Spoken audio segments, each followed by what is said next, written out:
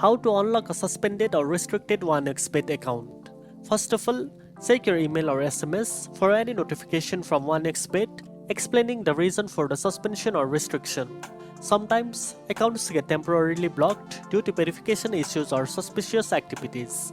If you have missed this message, it's important to know why your account was restricted. Next, open the 1xBet app and go to the support or help section. Look for the option to contact customer service directly. You can either chat with a live agent or send an email explaining your situation clearly and politely. Mention your account details and ask for the exact cause of the suspension and what steps you need to take to unlock it. Then, if the suspension is due to incomplete verification, you will likely be asked to provide some documents such as your ID, proof of address, or payment method details. Make sure the documents are clear, valid, and match the information on your account. Upload them following the instruction provided by the support team. Also be patient and give the support team some time to review your documents and respond. Avoid trying to log in repeatedly or creating new accounts, as this can make things worse and lead to permanent bans.